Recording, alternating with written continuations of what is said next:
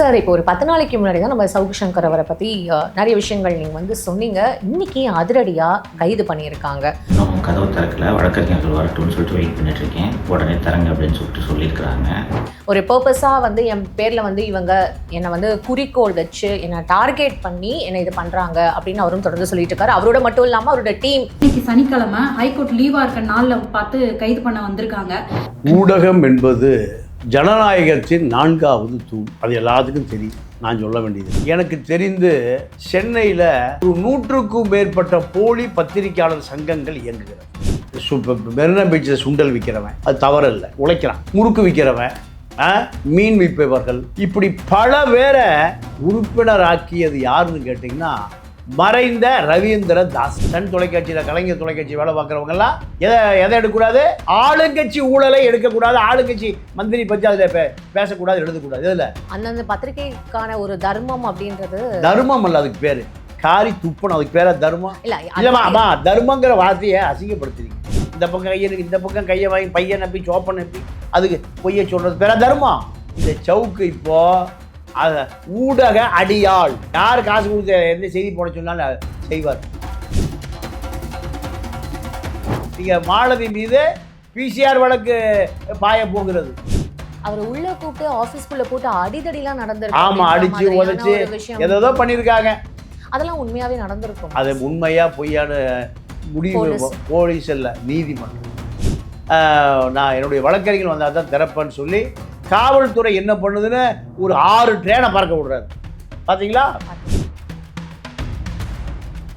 ஸ்ரீமதிக்காக அங்கே திமுகவுக்கு 25 லட்ச ரூபா வாங்கிட்டு இங்கே வேலுமணிக்காக. அப்போ உன்னுடைய நிலை என்ன?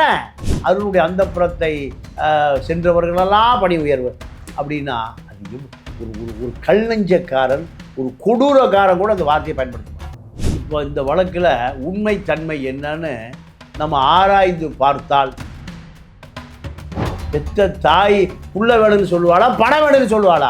நான் அடுத்து சவுக்கு பார்த்து கேட்குறேன். அடுத்தவனுடைய குடும்பத்தை கெடுத்து அதில் மண்ணள்ளி போட்டு அடுத்தவனுடைய மனைவியை பெண்டாள்வது தான் ஜார்னலிசமா? மாலதி மேல பிசிஆர் கேஸ் போடுற அளவுக்கு இப்போ என்ன சார் அவ்வளோ பெரிய ஒரு விஷயம்? ஒரு விஷயம் என்னன்னா, ஒரு ஒடுக்கப்பட்ட சமூகத்தை சேர்ந்த ஒருவரை இந்த அம்மா தாக்கியிருக்கு, பணம் கேட்டிருக்கு, பேசியிருக்கு, திட்டியிருக்கு, சாதி பேரை சொல்லி. சவுக்கு சங்கர் அவருக்கு எத்தனை நாள் சார் இருக்கும்? சவுக்கு சங்கர் 7 வருஷம். இவங்க ஆண் சிறை, இவர் பெண் சிறை.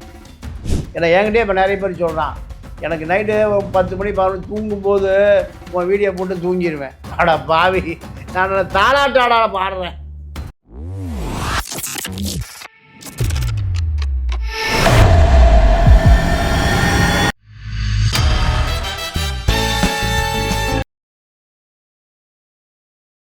பிபிடி சினிமா நேயர்கள் அனைவருக்கும் வணக்கம். இன்னைக்கு நம்மளோட மூத்த பத்திரிகையாளர் தமிழா பாண்டியன் சார் தான் இணைஞ்சிருக்காரு. நிகழ்ச்சிக்கு போகலாம் சார். வணக்கம் சார். சார் இப்போ ஒரு 10 நாளைக்கு முன்னாடி தான் நம்ம சவுக்கு சங்கர் அவரை பற்றி நிறைய விஷயங்கள் நீங்கள் வந்து சொன்னீங்க. இன்னைக்கு அதிரடியாக கைது பண்ணியிருக்காங்க.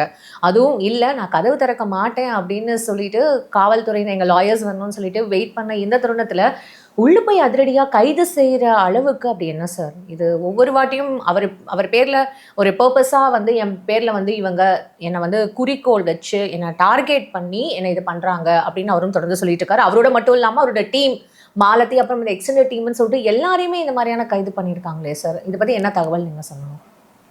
ஆமாம், ஊடகம் என்பது ஜனநாயகத்தின் 4வது தூண். அது எல்லாத்துக்கும் தெரியும், நான் சொல்ல வேண்டியதில்லை. இந்த தூணில் பல பேர் மறைந்திருக்கிறார்கள். இந்த தூணுக்கு பின்னாடி பத்திரிகை என்கின்ற பெயரில் பல பேரை அது பாதுகாக்கிறது. எப்படின்னு கேட்டிங்கன்னா, எனக்கு தெரிந்து சென்னையில் ஒரு 100க்கும் மேற்பட்ட போலி பத்திரிகையாளர் சங்கங்கள் இயங்குகிறது.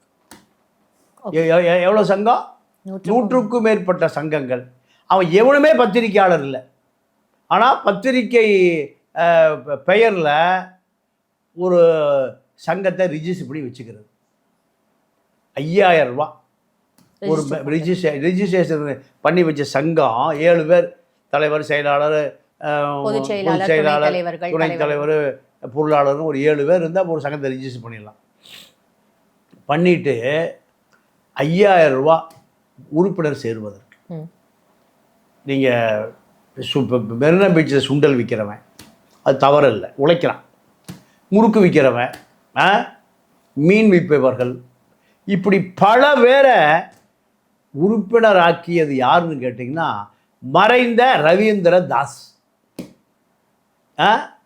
இந்த ரவீந்திர தாஸ் என்ன பண்ணார், அத்தனை பேருக்கு நான் வீடு கட்டித்தர்றேன், ஆளுக்கு 1 லட்ச ரூபா கொடுக்கணும், 200 பேர்கிட்ட 2 கோடி ரூபாய் வாங்கினார். இந்த ஊடகம் எப்படி இருக்குன்னு நான் சொல்கிறேன். இதனுடைய கடைசி வார்ப்பு தான் சவுக்கு சங்கர். இப்படி 200 பேர்கிட்ட 2 கோடி ரூபாய் வாங்கி அந்த 2 கோடி ரூபாய்க்கு நல்ல நிலத்தை வாங்கி தன்னுடைய குடும்பத்துக்கு சேர்த்துட்டார். தன்னுடைய நீங்கள் எவ்வளவு கொடுமை பார்த்தீங்களா? இது நடந்தது ஒரு 30 வருஷம் ஆச்சு. அப்போ யாரும் எதுவும் குரல் கொடுக்கலையா சார்? குரல் கொடுத்தாங்க. குரல் கொடுத்தா ஒரு நிறுவனத்தில் வேலை பார்ப்பான். அந்த ரவீந்திரஸ் அந்த நிறுவனத்துக்கே போயிடுவார். போய் எனக்கு எதிராக பிரச்சனை பண்ணானுனையும் முதலாளி கூப்பிடுவார். முதலாளி கூப்பிட்டு சொல்லுவார், அவனை நிற்க வச்சே பேசுவார். யார் அந்த பத்திரிக்கையாளர்? இந்த குற்றவாளி ரவீந்திரஸ் உட்கார்ந்துருப்பார். நீ அலுவலக வேலையை மட்டும். இங்கே முதலாளிகள் என்பது எப்படி இருப்பாங்கன்னு கேட்டிங்கன்னா, இப்போ நம்ம அண்ணாச்சி இப்போ மளிகை கடை இருக்குல்ல, ஹோல்சேல், அங்கே வேலை பார்ப்பவர்களும் பத்திரிக்கையாளர்களும் ஒன்று தான். எந்த பெரிய வித்தியாசம் இல்லை. ஏன்னா அண்ணாச்சிக்கு என்ன மோட்டிவு? எப்படியாவது பணம் சம்பாதிக்கும். தக்காளி, வெங்காயம், கத்திரிக்காய், மிளகாய், வெண்டைக்காய், அதை எப்படியாவது. இல்லை தக்காளிக்கு பார்த்தீங்கன்னா சிகப்பு லைட்டை யாருக்கும் தெரியாமல் அடிப்பாங்க. எங்கேயோ இருக்கும் சின்ன ஒரு ஃபோக்கஸ், அப்படியே வந்து அந்த கூடைக்கிட்ட விழுகும். பழமெல்லாம் அப்படியே தக்கன்னு தெரியுது, சிகப்பாக தெரியும். இந்த பக்கம் பார்த்தீங்கன்னா பழுப்பாக தெரியும். பார்த்துருக்கீங்களா? இதுதான் அண்ணாச்சி. நீங்கள் எந்த ஃப்ரெஷ்ஷு? நீலகிரி ஃப்ரெஷ்ஷில் இருக்கிற தொழில். அதே போல தான் சன் தொலைக்காட்சியில் சேர்ந்தீங்கன்னா திமுக பற்றி எந்த மேட்டர் எடுக்கக்கூடாது. சன் தொலைக்காட்சியில், கலைஞர் தொலைக்காட்சி வேலை பார்க்குறவங்கெல்லாம் எதை எடுக்கக்கூடாது? ஆளுங்கட்சி ஊழலை எடுக்கக்கூடாது, ஆளுங்கட்சி மந்திரி பற்றி அதில் பேசக்கூடாது, எழுதக்கூடாது. இதில் அந்தந்த பத்திரிகைக்கான ஒரு தர்மம் அப்படின்றது தர்மம் அல்ல, அதுக்கு பேர் காரி துப்பணும். அதுக்கு பேர தர்மம் இல்லைம்மா. தர்மங்கிற வார்த்தையை அசிங்கப்படுத்துறீங்க. அதான் தர்மம். ஏமாற்றுவதும் மோசடி செய்வதா தர்மம்? பின்பற்றல. அப்படி சொல்லுங்க. வார்த்தைகள் தவறாக போட்டு மக்களை தவறாக திசை திருப்பாதீங்க. தர்மம் என்பது உங்களுக்கு தியாகம் பண்ணுவது, மக்களுக்காக நீங்கள் தியாகம் பண்ணுவதாமா தர்மம். நீங்கள் எங்கேயும் லஞ்சம் வாங்காமல், ஏமாற்றாமல், பொய் சொல்லாமல் உங்கள் நிறுவனம் கொடுக்குற சம்பளத்தில் வாழ்வது தான் தர்மம். இந்த பக்கம் கையனுக்கு இந்த பக்கம் கையை வாங்கி பையன் நப்பி சோப்பன் நப்பி அதுக்கு பொய்யை சொல்கிறது பேர தர்மம். அப்போது இப்படி பல பத்திரிகைகள் இருக்குது. அவர்கள் வந்து ப்ரெஸ் கார்டு கொடுத்துருவான், கவர்மெண்ட் கார்டு மாதிரியே. அதே மாதிரி ஒரு ஸ்டிக்கர் கொடுத்துருவான். எதில் ஒட்டிக்கலாம்? கார்லாம் பர்மா பஜார் குருவிகள் பூரா ஒட்டியிருக்கான், கவர்மெண்ட்டு ஸ்டிக்கரே ஒட்டியிருக்கான். அப்புறம் போலீஸாரனை பார்த்து ஐஎஸ்ஐ ப்ரெஸ்ன்னு சொல்லிக்கலாம். இதுக்கு எவ்வளவு? 5000 ரூபா. இப்படி வளர்ந்த இந்த சமூக விரோதிகள் எல்லாம் போய் சேர்ந்த இடம் குமுத ரிப்போர்ட்டரில் இந்த சவுக்கும் உருவான இடம் குமுதம் ரிப்போர்ட்டர். குமுத ரிப்போர்ட்டர் இன்னைக்கு இருக்கிற வரதராஜனே ஒரு மோசடி பேர் வழி. ஓனர் ஜவஹர் பழனியப்ப அமெரிக்காவில் இருக்கார். இந்த நிறுவனத்தை பார்த்துக்கப்பா மேனேஜராக போட்டவர் ஓனர் ஆகிட்டார். ஓனர் இப்போ என்ன ஆனார்னு தெரியல. அப்போது இந்த சவுக்கு இப்போது ஊடக அடியாள். யார் காசு கொடுத்த எந்த செய்தி போட சொன்னாலும் செய்வார். இந்த ஊடக அடியாள் இப்பொழுது காவல்துறையால் கைது செய்யப்பட்டிருக்கிறார். இங்கே மாலதி மீது பிசிஆர் வழக்கு பாய போகிறது. எப்படி பாய போகிறதுனா, இவர்கள் ஒரு செய்தியை போட்டு அவனை வர சொல்லி பேரம் பேசுறது. அப்படி ஒருவரிடம் 2 லட்சம் ரூபாய் பேரம் பேசியதாக ஒரு வழக்கு பதிவாயிருக்கு. அவர் உள்ள கூப்பிட்டு ஆபீஸ்க்குள்ள போட்டு அடிதடிலாம் நடந்திருக்கு. ஆமா, அடிச்சு உதைச்சு ஏதோ பண்ணியிருக்காங்க. அதெல்லாம் உண்மையாவே நடந்திருக்கும். அது உண்மையா பொய்யான முடிவு போலீஸ் அல்ல, நீதிமன்றம். சரி, போலீஸ் அல்ல, நீதிமன்றம் தான் முடிவு பண்ணும். என்னதுன்னா நாட்டில் நீதி இன்னும் சாகவில்லை, நீதி இன்னும் உயிரோடு இருக்கு. இலங்கையில் இல்லை, இந்த பாகிஸ்தானில் இல்லை, தலிபான்கிட்ட இல்லை, இந்தியாவில் நீதி உயிரோடு இருக்குது. கவாய்க்கள் இருக்கிறார்கள். யார்? கவாய்க்கெல்லாம் இன்னும் இருக்கிறாங்க. பல நீதியரசர்கள், கிருபாகரனை போன்றவர்களெல்லாம் நீங்கள் நீதி தவறாமல் இருந்திருக்கிறார்கள். அதனால் நீங்கள் தமிழ்நாடு இந்தியாவை பொறுத்த வரைக்கும் சவுக்கு என்ன சொன்னார்னு கண்டுபிடிப்பாங்க. இப்போ சவுக்கு வீட்டுக்கு இப்போ காவல்துறை போகுது, பூட்டிட்டு உள்ளே இருந்து நான் என்னுடைய வழக்கறிஞர் வந்தால் தான் திறப்பேன்னு சொல்லி காவல்துறை என்ன பண்ணுதுன்னு ஒரு 6 ட்ரெயினை பறக்க விடுறாரு. பார்த்தீங்களா? பார்த்தோம் சார். அப்போ எவ்வளவு தொழில்நுட்பத்தை பயன்படுத்தி சமூக விரோத செயலுக்காக இது பயன்படுத்தப்படுகிறது. இப்போ சவுக்கு மீது மழை பெரிய கொடுமை, அதெல்லாம் பெரிய கொடுமை தான். ஆனால் நீ ஒரு சாரருக்கு ஆதரவாக இருக்க, அதான பிரச்சனையே. நீ யாரோ ஒரு சாரருக்கு ஆதரவாக இருந்து இன்னொரு சாரரை எதிர்க்கிறாய் என்பதுதான் உன் மேலே உள்ள குற்றச்சாட்டு. தொடர்ந்து அருண் மேலேயே, அதாவது கமிஷனர் அருண் மேலேயே இவர் வந்து அதுதான் ரீசன், அவர் தான் ரீசன் அப்படின்னு அருண் அவருக்கு இருக்கிற வேலையில இவரை டார்கெட் பண்ணணுமா அப்படின்ற ஒரு கேள்வியும் இங்க இருக்குல்ல? இல்லை, அதான். அதாவது கள்ளக்குறிச்சியில் ஸ்ரீமதி வழக்கு. ஆமா, ஸ்ரீமதி வழக்கில் ஸ்ரீமதி இறந்துட்டா இதுக்காக நாடே கண்ணீர் விடும்போது இவர் யாருக்கு கண்ணீர் விடுறாரு? ரவிக்குமார், அந்த உரிமையாளருக்கு கண்ணீர். கடன் அதிகமாக இருக்குங்க அவருக்கு, ரொம்ப பிரச்சனையில் இருக்கார். அவருடைய பள்ளிக்கூடம் தாக்கப்பட்டது, மக்களுடைய கோபம் தாக்கப்பட்டது. இதெல்லாம் யார் சொல்கிறா? சவுக்கு சொல்கிறார். அப்போ அங்கேயே இந்த ஊடகம் நெறி தவறி விட்டது. இவர் மீது என்ன குற்றச்சாட்டு? இவர் மீது பெலிக்ஸ் மீதும் 25 லட்சம் ரூபா ரவிக்குமார்கிட்ட பணத்தை பெற்றிருக்கிறார்கள். அதன் மூலம்தான் ஸ்ரீமதி கொலையை மறைக்க முயற்சிக்கிறார்கள். முதல் பிள்ளையார் சொல்லி அங்கே தான் நடந்தது. யாருக்கு ஆதரவா? திமுகவுக்கு ஆதரவா? யாருக்கு ஆதரவா? ஆனா திமுக கவர்மெண்ட் தானே சார் இப்போ இவங்களை அரெஸ்ட். இப்போ இவரை பொறுத்த வரைக்கும் தேனியில் போதை வழக்கில் கைது செய்யப்பட்ட பிறகு கோயம்புத்தூர் கோர்ட்டில் 50 வழக்கறிஞர், அதிமுக வழக்கறிஞர் வேலுமணியோட ஏற்பாட்டில் இங்கே இருக்கு. ஸ்ரீமதிக்காக அங்கே திமுகவுக்கு 25 லட்ச ரூபா வாங்கிட்டு இங்கே வேலுமணிக்காக. அப்போ உன்னுடைய நிலை என்ன? எனக்கு இப்போ தனிப்பட்ட முறையில் யார் மீது காழ்ப்புணர்ச்சி இல்லாமல் புரியுது சார். அப்போ ஒரு 1 இயருக்கு முன்னாடி தான் சார் இப்போ அரெஸ்ட் ஆகி வெளில வந்தாரு. இந்த காவல்துறையில் இருக்கிற பெண்களையும் நீதிமன்றத்தில் இருக்கிற பெண்களையும் பற்றி ஏதோ தவறான ஒரு தவறா இல்லை. நீங்கள் பணி உயர்வு, பதவி உயர்வுனா அருணுடைய அந்த புறத்துக்கு போகணும்னா உங்கள் சகோதரி, என் சகோதரி, எல்லாருடைய சகோதரி எங்கே வேலை பார்க்குறாங்க? காவல்துறையில். அப்போ நீ யாரை சொல்கிற? உனக்கு ஏதாவது, உனக்கும் சகோதரி இருக்கால்ல, உன்னுடைய தாயும் ஒரு பெண் தானே. நீங்கள் வறுமை, கஷ்டம், குழந்தை குட்டியை வச்சுட்டு போய் காவல்துறையில் வேகாத வெயில நிற்கிற பெண்களை பார்க்குறோமா இல்லையா? உண்மை. ஏன்னா எந்த தொழிலா இருந்தாலும் வந்து காவல்துறையில இன்னும் அவங்க வந்து ஒரு எவ்வளவு ரெஸ்பான்சிபிளான ஒரு விஷயம். ரெஸ்பான்ஸே கிடையாது. விடுமா, ரெஸ்பான்ஸ் விடுமா. நீ இந்த பக்கம் பாருமா, எவ்வளவு கஷ்டம். ஆமா சார், ஆமா சார். இரவு பகல் கலவரம், சண்டை, வம்பு. அவங்க இயற்கை உபாதை கூட போக முடியாது. எவ்வளோ கஷ்டமான வேலை பாருங்க. ஐடி ஃபீல்டில் உட்காந்து வேலை பார்ப்பது அல்ல அந்த அந்த காவல்துறை. நடு ரோட்ல நிக்கணும், மழை, வேகமா பைக்கில் வருவான், குடிகாரம் வருவான், முடிச்சான் வருவான், முள்ள மாதிரி வருவான். அத்தனை பேரையும் இருந்து தன்னை பாதுகாத்து கொண்டு இங்கே குடும்பம், குழந்தை கூட்டி பொண்டாடி போய் வீட்டுக்கு தாய் தாப்பங்கிட்ட போகணும். அதான் சார். அப்போ நீ ஒரு மனிதாபிமானியாக இருந்தால் அதனுடைய அந்த புறத்தை சென்றவர்களெல்லாம் பணி உயர்வு அப்படின்னா அது ஒரு ஒரு கல்நெஞ்சக்காரன், ஒரு கொடூரக்காரன் கூட அந்த வார்த்தையை பயன்படுத்த மாட்டான்.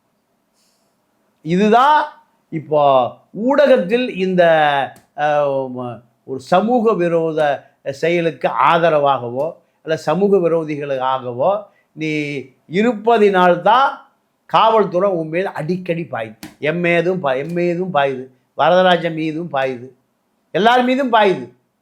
ஆனா எந்த கேஸ் ரிலேட்டடா இருக்குன்றத நம்ம இங்க பார்க்க வேண்டியதா இருக்குல்ல சார். இப்போ இந்த வழக்கு, இப்போ இந்த வழக்குல உண்மை தன்மை என்னன்னு நம்ம ஆராய்ந்து பார்த்தால், யாரோ ஒருவரை உன்னுடைய அலுவலகத்துக்கு வர வச்சு பேரம் பேசி என்ன ப்ரமோஷன் வீடியோ ஏதோ பண்ணி தரேன் அப்படின்னு சொல்லி ஏதோ ஒண்ணு. சார் அதுக்கு எதுக்கு சார் மாலதி அப்புறம் அவங்க குழுக்கள் மொத்தனையும், அதாவது கேமராமேன் அந்த எக்ஸ்டெண்டட் அந்த மொத்தமா அந்த சவுக்கு மீடியால இருக்கிறவங்க அத்தனை பேரையும் அரெஸ்ட் பண்றதுக்கான ரீசன் என்ன சார்? இப்போ யாராவது அதில் நேரடியாகவோ மறைமுகமாக சம்மந்தப்பட்டிருப்பாங்க. நீங்கள் இப்போ சவுக்கு எல்லா பக்கம் போய் அவரே போய் பிசினஸ் பேசணும். அப்போ நீங்கள் மணல் ராமச்சந்திரா வருஷத்துக்கு பலாயிரம் கோடி மணல் கொள்ளையடிக்கிறாரு. அவரை கூப்பிட்டு வேலுமணிக்கு பாதிய குடியா நீ சொல்லுகிற அளவுக்கு உனக்கு சங்கிலி தொடர்பு, வலைத்தொடர்பு, அரசு அதிகாரிகள், காவல்துறை அதிகாரிகள், ஐஏஎஸ் அதிகாரிகள், ஐபி அதிகாரிகள், இப்படி ஒரு பர்சனை வளர்த்து விட்டது யாருன்றதை இங்கே பார்க்க வேண்டியது. ப்ரெஸ் கிளப்போ குமுதம் ரிப்போர்ட் இருந்தான். 50,000 ரூபா சம்பளம் கொடுத்து அவரை குமுதத்துக்கு எழுத சொன்னது மறைந்த கோசல்ராம், மறைந்த ஜான் வில்கின்ஸ், குபேந்திரன், சமூக விரோதிகளுடைய கூடாரமே குமுத ரிப்போர்ட் தான். அத்தனை பேர் அச்சிஸ்டுங்க. வெளியில போலீஸ் நிற்கிறாங்க, இவர் இங்க உள்ள இவர் வீடியோ, அப்புறம் மாலதி அவங்க நாங்க இந்த ஜேர்னலிசம் படிச்சு நாங்க துணிவாதான் எல்லா விஷயமும் பேசுறோம், எங்க மேல எந்த தப்புமே இல்லை, மக்களுக்காக போராடுற எங்களுக்கு எந்த மாதிரியான ஒரு விஷயம், ஒரு கொடுமை நடக்குது பாத்தீங்களா அப்படின்ற மாதிரியான இதை கேட்குறாங்களே சார். இல்லம்மா, மாலதியினுடைய பெத்த புள்ள எங்கேன்னு முதல்ல கேளு. ஒரு தாய்மைக்கு என்ன அடையாளம்? பெத்த புள்ளைய விலைபேசி விற்பதா ஜேர்னலிசம்? அவன் பெற்றவன் கதறி போய் அந்த பையனுக்கு 40 லட்ச ரூபா கொடுத்துருக்கான். பெத்த தாய் புள்ள வேணும்னு சொல்லுவாளா, பணம் வேணும்னு சொல்லுவாளா? உன்னை இந்த தமிழகம் தான் உன்னை சுரணை இல்லாத தமிழகம், அப்பாவி தமிழம் தான் உன்னை ஒரு பெரிய ஜேர்னலிஸ்டாக பார்க்குறான். பெத்த பிள்ளைய 40 லட்ச ரூபாய்க்கு விலை பேசி யாருக்கு கொடுத்துட்டு வந்த? பெத்தவனுக்கு கொடுத்துட்டு வந்த. பெத்த பிள்ளையை விட உனக்கு யார் தேவை? 45 லட்ச ரூபா தேவை. நான் அடுத்து சவுக்கு பார்த்து கேட்குறேன், அடுத்தவனுடைய குடும்பத்தை கெடுத்து அதில் மண்ணள்ளி போட்டு அடுத்தவனுடைய மனைவியை பெண்டாள்வது தான் ஜேர்னலிசமா? எவ்வளவு இதை சொல்லுவதற்கு இங்கே நாதியே இல்லை, கேட்பதற்கு நாதியே இல்லை. நீங்கம்மா ஒரு குடும்பத்தை சிதைப்பது தான் ஜேர்னலிசமான்னு கேட்குறேன். குழந்தைய ஒரு பக்கம் பிரித்து, கணவனை ஒரு பக்கம் பிரித்து, பொண்டாட்டியை உன்னோடு வைத்துக் கொள்வதா ஜேர்னலிசமா? தமிழர்கள் யார்தான் விரும்புகிறானா? 2 மனைவிகளும் அடுத்தவருடைய மனைவி, 2 குடும்பத்தை நீ கெடுத்திருக்க. தெரியாமல் பல குடும்பத்தை கெடுப்பதற்காக நீ பல வேலைகளை செஞ்சிட்ருக்க. அப்போ நீ முதல்ல மக்களுக்கு அறிவு சொல்லுகிறவன் எப்படி இருக்கணும்? உன்னுடைய குற்றத்தை பார். நீங்கள் நபிகள் நாயகத்திட்ட போய் ஒரு 20 பேர் கல்லோடு போகிறான், கருங்கல்லோடு போகிறான், கூர்மையான ஆயுதம். இந்த பெண்ணை அடித்து கொள்ள வேண்டும் என்ன சொல்கிறான் நபிகள் நாயகத்திட்ட? இந்த பெண்ணை அடித்து கொல்லணும், ஏன் ஒழுக்கம் கெட்டவள் அப்படின்னு சொன்ன பிறகு அவர், ஆமாம் உங்களுடைய கருத்தை நான் வரவேற்கிறேன், அமைதியாக. அதான் அவர் தான் நபிகள் நாயகம் ஸல்லல்லாஹு அலைஹி வஸல்லம். அவர்கள் தான் இந்த மனித குலத்தினுடைய மிகப்பெரிய மாண்புகள். அடித்து கொல்லணுப்பா, சமூகம் ஒழுக்கக்கேடு பெண்களால் தான் வருது, அடித்து கொன்று விடுங்கள், நான் அதை உங்கள் பக்கம் நிற்கிறேன். ஆனால் அதற்கு முன்பு என்னுடைய என்னுடைய நியாயமான கோரிக்கையை நான் உங்களுக்கு முன்னாடி வைக்கிறேன், 20 பேருக்கு முன்னாடி வைக்கிறேன். அந்த பெண்ணோடு யார் தொடர்பில் இல்லாதவர்களோ அவர்கள் முதல் கல்ல அடிங்க, கல்ல அடிங்க அப்படின்னு சொன்ன பிறகு 20 பேரை தப்பி ஓடியா போயிட்டான். 20 சிரிப்பதற்காக சொல்லவில்லை, சிந்திப்பதற்காக சொல்கிறேன். இந்த இனம் சிந்திப்பதை நிறுத்தி நீங்கள் பல ஆயிரம் வருஷம் ஆகி போச்சு. இப்போ சவுக்கு கதை அதே தான். மாலதியை ஆதரிக்கிறவர்களை பார்த்து நான் கேட்குறேன், நீங்கள் பொது ஒழுக்கம் என்பது மக்களுக்கு அறிவு சொல்லக்கூடியவர்களுக்கு சொந்தமானது. நீங்கள் உங்களுக்கு நான் புத்தி சொல்லணும்னா நான் சரியானவனாக இருக்கணும். நீங்கள் பெரியார் வள்ளலார் மடத்துக்கு போகிறார். அப்போ அங்கே என்ன எழுதி வச்சிருக்குன்னா, புலால் உண்பவர்கள் இங்கே வர வேண்டாம், என்னை பார்க்க வர வேண்டாயா, நானே கருணை கடல், பல உயிர்கள் எறும்பு மீது ஈ மீது அன்பு செலுத்துகிறவன், வாடிய பயிரை கண்ட போதெல்லாம் நான் வாடினேன். அதனால் தயவுசெய்து நீங்கள் ஆட்டை மாட்டை கோழி எல்லாம் கொன்று புட்டு அதை சமைச்சு திங்கிறவன்லாம் என்னை பார்க்க வராத. இதுதான் வள்ளலாருடைய கொள்கை. அப்படி போர்டு எழுதி வச்சுருக்கு. பெரியார் பார்த்துட்டு அங்கே நின்றுக்கிட்டார். ஏன்? நான் புலால் ஊன்றவையா, அவரை நான் மதிக்கணும், அவரை நான் மதிக்க வேண்டிய ஆள் இல்லை. அவர் குச்சி வச்சு விரட்டுறாரு இல்லை, அவருடைய கொள்கையை மதிக்கணும். அவர் கொள்கை தான் அது உயிர். நான் வரலைங்கிறார். பல பேர் கறி மீன் பிரியாணி திருட்டு எல்லாம் உள்ளே போந்துட்டான். நம்ம பையில தான் உள்ளே போயிடுவானே. அப்போது நான் எதுக்காக சொல்ல வரேன்னா, மாலதியும் சவுக்கும் நீங்கள் சரியாக நேர்மையாக இருந்து இந்த மக்களுக்கு புத்தி சொல்லணும். அவங்க ஒன்றும் வாழ்க்கை பாடம் எடுக்கலையே சார். அவங்க ஒன்றும் வாழ்க்கை பாடம் எடுக்கலையே. இந்த பொலிட்டிக்கல்ல என்னென்ன அநியாயங்கள் நடக்குது, எங்கெங்க என்னென்ன அநியாயம் நடக்குதுன்றது தான் இந்த மக்களுக்கு நாங்கள் எடுத்து சொல்றோன்றது தானே சார். தினம் நீங்களே அநியாயம் உங்களை பற்றி எடுத்து சொல்றதுக்கே 40 வீடியோ தேவைப்படுது. நீங்கள் என்ன மக்களுக்கு எடுத்து சொல்லுவது? உங்களை பற்றி போடுவதற்கு 500 வீடியோ இருக்க. இதான் தகுதியா? மாலதி மேல PCR கேஸ் போடுற அளவுக்கு இப்போ என்ன சார் அவ்வளோ பெரிய ஒரு விஷயம்? ஒரு விஷயம் என்னன்னா, ஒரு ஒடுக்கப்பட்ட சமூகத்தை சேர்ந்த ஒருவரை இந்த அம்மா தாக்கியிருக்கு, பணம் கேட்டிருக்கு, பேசியிருக்கு, திட்டியிருக்கு, சாதி பேரை சொல்லி அடிச்சிருக்கு. எவ்வளோ நாள் சார் PCR கேஸ்னா மினிமம்? ஒரு 7 வருஷம் ஆகும். அந்த அம்மா பாதுகாப்பாக இருக்க வேண்டியது புழல் சிறை தான். 7 வருஷம் பாதுகாப்பாக இருந்துட்டு 7 வருஷம் கழித்து வந்து திருந்தி பையனும் பெருசாகிடுவான். பெற்ற மகனை விற்ற அன்னை அந்த மகன், அம்மா இப்போ திருந்தி வந்தியா, மகன் திருந்துவதை தாய் அனுமதிப்பதா, தாய் திருந்துவதை மகன் அனுபவிப்பதா? இதே ஒரு எபிசோடு ஓடுமா? நீ என்ன மக்களுக்கு புத்தி சொல்லுவது? மக்கள் அவ்வளவு மோசமாவா இருக்கா? உன்னை போல பெற்ற பிள்ளைய விலைபேசி விட்டு விட்டு வருகிற அளவுக்கா மக்கள் இருக்கா? நீங்கள் மக்களுக்கு நீங்கள் புத்தரை போல, காந்தியை போல, கக்கனை போல இருக்க வேண்டாம். சராசரி மனுஷனை போலவா இருக்கணுமா இல்லையா? சராசரி மனிதர்களை போலவா இருக்கணுமா இல்லையா? சக மனுஷனை மதிக்கணுமா இல்லையா? சவுக்கு சங்கர் அவருக்கு எத்தனை நாள் சார் இருக்கும்? சவுக்கு சங்கர் 7 வருஷம். இவங்க ஆண் சிறை, இவர் பெண் சிறை, எல்லாம் புழல்லையும் இருக்கு. அந்த அளவுக்கு இப்போ ஜாமீன்லாம் கொடுத்து கூட இவங்கெல்லாம் வெளில வரவே முடியாத அளவுக்கு. குற்றம் நிரூபிக்கப்பட்டால் ஆளுக்கு 7 வருஷம் புழலில் இருந்துட்டு வெளியே வர. நிறைய வழக்கு இருக்குது. ஒவ்வொரு வழக்குக்கு 7 வருஷம். இவங்களோட லாயர்ஸ் அவ்வளோ ஸ்ட்ராங்காக இருப்பாங்களா சார்? இவங்க எல்லாருக்கும் லாயர் இருக்காங்க, எல்லாருக்கும் ஸ்ட்ராங் இருக்குது. அதை விட சட்டம் ஸ்ட்ராங்காக இருக்குது, காவல்துறை ஸ்ட்ராங்காக இருக்குது. அதை நிரூபிப்பதற்கான காவல்துறையும் நீதிமன்றமும் சட்டத்தை நீங்கள் விருப்பு இல்லாமல் பார்க்கக்கூடிய நீதி அரசர்கள் இருக்கிறார். கமிஷனர் அருண் மேலே இவர் தொடர்ந்து குற்றச்சாட்டுகள் வச்சுக்கிட்டே இருக்கிறதுக்கு அவ்வளோ என்ன சார் இப்போது அந்த மாதிரியான ஒரு வாங்கம்மா? இல்லைம்மா, இப்போ கமிஷனரை பொறுத்த வரைக்கும் அவர் ஒரு நேர்மையான அதிகாரி. அதனால தான் அவர் இப்போ கமிஷனாக வந்திருக்கார். அந்த இடத்துக்கு பல போட்டி இருக்குது. பல ரியல் எஸ்டேட் கமிஷனர்கள் தான் அந்த இடத்துக்கு வருவாங்க. ரியல் எஸ்டேட் கமிஷனர்கள் தான். சென்னை கமிஷனரே எந்த கட்சி வந்தாலும் 5 கோடி ரூபா 10 கோடி ரூபா கொடுத்து தான் வருவாங்க. ஒரு 2000 கோடி 3000 கோடி சம்பாதிப்பாங்க. இதுதான் காவல்துறை நிலைமை. ஜார்ஜ் ஆகட்டும், ஏகேவி ஆகட்டும், இப்படி பல பேர் இதில் நேர்மையான அதிகாரிகளும் இருக்கிறார்கள். இப்போது இந்த வழக்கு என்பது அரசியல் பக்கம் திரும்பிடுச்சு. இப்போ இவர் என்ன பண்ணுறாருன்னா, இப்போ திருமாவளவன் பாதிக்கப்பட்டார்.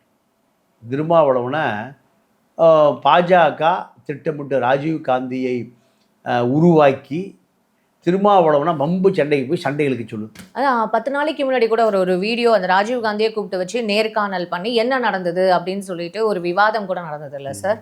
அவரோட யூடியூப் சேனல் அது பேசினாங்களே சார். ஆனால் அந்த அப்படி ஒரு சம்பவம் நடக்கவே இல்லை. திருமாவளவனுடைய கார் ராஜீவ் காந்தியினுடைய வாகனத்தில் மோதவே இல்லை. அதுக்கான ஃபுட்டேஜை முதலமைச்சர் சொல்லி நீங்கள் திருமாவளவன் போய் ஐஜிகிட்ட கேட்குறாரு. அப்படியே இல்லை. ஆதாரம் இருக்கணுமா இல்லையா? அப்போது வாகனம் அந்த இருசக்கர வாகனத்தில் மோதாமலே சண்டை உருவாகுது. இதனுடைய மூளை எங்கே? இதனுடைய மூளை எங்கே? சரி, அது முடிஞ்சு போச்சு.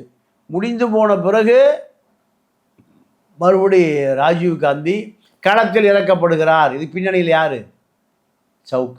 முடிஞ்சு போன ஒரு விஷயத்தை ஆரம்பிக்கலாம். அப்போ உன்னுடைய நோக்கம் என்ன? நான் காவல்துறையை ஆதரிக்கலம்மா. காவல்துறையை நான் ஆதரிக்கவே இல்லை. காவல்துறை பொய் வழக்கு, எம்எல்ஏ பொய் வழக்கு தான் இருக்கு. எம்எல்ஏ பொய் வழக்கு தான் இருக்குது. எதுவும் உண்மையான வழக்கு இல்லை. நான் கையில் வாங்கி பையிலெல்லாம் போடலை. இந்த நிறுவனங்கள் கொடுக்கறத தான் நான் வாழ்ந்துட்டுருக்கேன், சாப்பிட்டுட்ருக்கேன். எங்கேயும் கையில் வாங்கி பையில் போடலை. காசு போன இடம் தெரியலை. இதுதான் நிலவரம். அப்போ உனக்கு எப்படி பல கோடிகள் சேர்ந்து இத்தனை வண்டி வாகனம், தேனியில் பல ஏக்கர் நிலங்கள், இதெல்லாம் எப்படி சாத்தியம்? நீ எங்கே கைவிட்டு வாங்கியிருக்கணும்ல? வா, இனிமே அதெல்லாம் விசாரிப்பாங்களா? கண்டிப்பாக விசாரிப்பாங்க. அதுதானே அரசு, அதுதானே நம்ம அரசு, அதுதானே காவல்துறை, அதுதானே நீதிமன்றம், அதுதானே சட்டம், அதுதானே ஜனநாயகம். இப்போ இதெல்லாம் ஒரு பக்கம் இருக்கு. இதை தொடர்ந்து திமுக பத்தியும் அப்புறம் சிஎம் பத்தியும் அப்புறம் உதயநிதி அவர்களை பத்தியும் இந்த மாதிரி தொடர்ந்து வழக்கு, அதாவது இவர் வந்து குற்றச்சாட்டு வச்சுட்டே இருக்கிறதுனால, அவங்கள டார்கெட் பண்ணிட்டே இருக்கிறதுனால, இந்த திமுக கவர்மெண்ட் தான் இவர் இந்த மாதிரி டார்கெட் பண்ணி இவரை உள்ள வைக்கணும் அப்படின்றதுக்காக பிளான் போட்டு இந்த விஷயம் பண்ணதா வர ஒரு பக்கம்லாம் பேசப்படுது. இப்படி வேணாம் பேசலாம். ஏன்னா உழைவாயை மூடினாலும் உருவாயை மூடவே முடியாது. அப்போ பல செய்தி வரத்தான் செய்யும். ஆனால் எப்பொருள் யார் யார் வாய் கேட்பினும் அப்பொருள் மெய்ப்பொருள் காண்பது அறிவு. ஐயன் திருவள்ளுவன் சொல்லியிருக்கான். அப்போது நீ சரியானவனாக இருந்தால் நான் உன்னை ஆதரிக்கிறேன். உன்னுடைய தாய் தாக்கப்பட்டால் அந்த இடத்துக்கு நான் இருந்திருப்பேன், நான் சொல்லியிருக்கேன். அந்த பெரிய மனுஷி இந்த சண்டையில் அந்த தாய் அவனுக்கும் தாய் எனக்கும் தாய் தான். அப்போது இது நான் மட்டும் இல்லை, ஒட்டுமொத்தமான தமிழ்நாட்டினுடைய கருத்தே அதுதான். ஆனால் நீ சரியானவனா, உரசி பார்க்கக்கூடியவனா, உன் பின்னாடி பல கோடி பேர் நிற்பான். உன் பின்னாடி பல கோடி பேர் நிற்பான். நியாயமா இருக்கு. நான் இப்போ ஒரு ஆன்மீக மாநாட்டுக்கு போயிட்டு வந்தேன். நீங்களா சார்? ஆமாம் சார். ஆமாம். அப்போ ஆன்மீக மாநாட்டில் மேடையில் பல சாமியார்கள், மூங்கிலடியார், பெரிய தவத்திரு மூங்கிலடியார்லாம் இருந்தார். நான் இப்போ அங்கே தான் போயிட்டு வர்றேன், ஆன்மீக மாநாடு. அப்போ நான் பெரியார் தொண்டையா. அப்போ ஒரு சாமியார் சொன்னார், உண்மையை எவன் பேசுகிறானோ அவனெல்லாம் ஆண்டவனுடைய அடியான். மூங்கிலடியான் மாதிரி உண்மை அடியான். காவி எல்லாம் காவி உடையோடு இருந்தாங்க, ருத்ராட்ச கொட்டையோட எல்லாமே காவி சட்டை, எல்லாமே பச்சை துண்டு, பூநூல், இப்படி பல ஆன்மீகத்தில். அப்போது அதான் சொல்கிறேன், பெரியார் தொண்டனாக இருந்தாலும் உண்மையை எவன் பேசுகிறானோ அவன் ஆண்டவனுக்கு பிடித்தமானவன். இதுதான். அப்போது மக்கள் அப்படி தான் இருக்கான். யாராவது நமக்காக குரல் கொடுக்க வர மாட்டானா, நம்மை காப்பாற்ற மாட்டானா, நம்முடைய கஷ்டத்தெல்லாம் தீர்த்து வைக்க மாட்டானா, எங்கே போய் கும்பிடுறான்? சாமி. ஆண்டவன். ஆட்சியாளருக்கு பேர் என்ன? ஆண்டவன். ஆண்டு கொண்டு இருக்கிறவன். அரசனுக்கு என்ன பேரு? அரசை நடத்துகிற ஆண்டவன், அரசன். மக்களுடைய தலைவிதி கூட அவனுக்கு தான் இருக்கு. அப்போ நீ உன்னுடைய பரிணாமம் என்ன? நீ சரியாக இருந்தால் உன்னை தூக்கி மக்கள் கொண்டாடுவான். உனக்கு ஒரு 7 லட்சம் சப்ஸ்கிரைபர் இருக்கான்னா தூக்கம் வரலாம் பார்க்குறதுக்கு நிறைய பேர் யூடியூப் பார்க்க ஆரம்பிச்சிட்டான். ஏன்னா என்கிட்டே இப்போ நிறைய பேர் சொல்கிறான், எனக்கு நைட்டு 10 மணி 11 தூங்கும்போது உன் வீடியோ போட்டு தூங்கிடுவேன். ஆடா பாவி, நான் தாலாட்டு ஆடா பாடுறேன். பல பேர் என்கிட்டே இதை சொல்கிறத நான் கேட்டிருக்கேன். டைம் பாஸ் பண்றாங்க. Time pass. உங்களை வச்சு டைம் பாஸ் போல இருக்கு சார். உங்களை வச்சு டைம் பாஸ் தான். ஏன்னா நீங்க என்ன பெரிய சாமியார் இனியா, ஆன்மீக சொற்பொழிவாளரா? இந்த அம்மா நல்லா அரசியல் பேசுதியா, தூக்கம் வரல போடியாத கொஞ்ச நேரம் போட்டுட்டு அவன் தூங்கிடுவான், அதே ஓடிட்டுருக்கு. இப்படி தான் நம்ம கதையெல்லாம் ஓடுது. நீங்கள் நினச்சிட்டு இருக்கிறீங்க எல்லாம் 7 லட்சம் சப்ஸ்கிரைபர் இருக்கிறான், 10 லட்சம் எல்லாம் என்ன ராத்திரி தூக்கம் வந்து வேலை தூங்க முடியாமல் சரக்கு போட்டவெல்லாம் கேட்டுட்டு படுத்துட்டு தூங்கிடலாம். நம்ம கதை இப்படி தான் இருக்குது. ஆக சார் இது நீங்கள் சொல்கிற மாதிரி இது சிரிக்கிற விஷயம் இல்லை, சிந்திக்கக்கூடிய விஷயம். ஏன்னா நமக்கு சட்டமன்ற தேர்தல் இன்னும் 4 மாதத்தில் இப்போது வரப்போகிற இந்த சமயத்தில் மக்கள் வந்து எவ்வளோ விழிப்புணர்வோடு இருக்கணும். ஏன்னா அடுத்த 5 வருஷம் யார்கிட்ட நம்ம வந்து இந்த ஆட்சியை ஒப்படைக்க போகிறோம். அப்போ மக்கள் வந்து எதை சார் இப்போது நடக்கிற எல்லா விஷயங்களும் மக்களுக்கு எடுத்துகிட்டு போய் சொல்கிறது யார்? மீடியா, ஊடகவியலாளர்கள். ஊடகம் பூரா இப்போ பர்ச்சேசிங் ஆகிடுச்சு. அப்படி இருக்கும்போது யார் அந்த கரெக்டான ஒரு விஷயம் சொல்லுவாங்கன்றது மக்களுக்கே ஒரு பெரிய ஒரு கொஸ்டின். குழப்பம் எதை நம்புறது, எதை இது பண்றது தெரியல. பாவம் மக்கள் உண்மைகள் பல அடுக்கு தடுப்பு, பல அடுக்கு ஃபில்டர், மக்களை குழப்பி பல கோடி ரூபாய் செலவு பண்ணுறான். அதில் இது போன்ற நபர்கள் தான் மக்களை ஏமாற்றுகிறான். படித்தவன் பாவம் செய்தால் ஐயோ என்று போவான்னு ஒரு புலவன் சொல்லியிருக்கான்.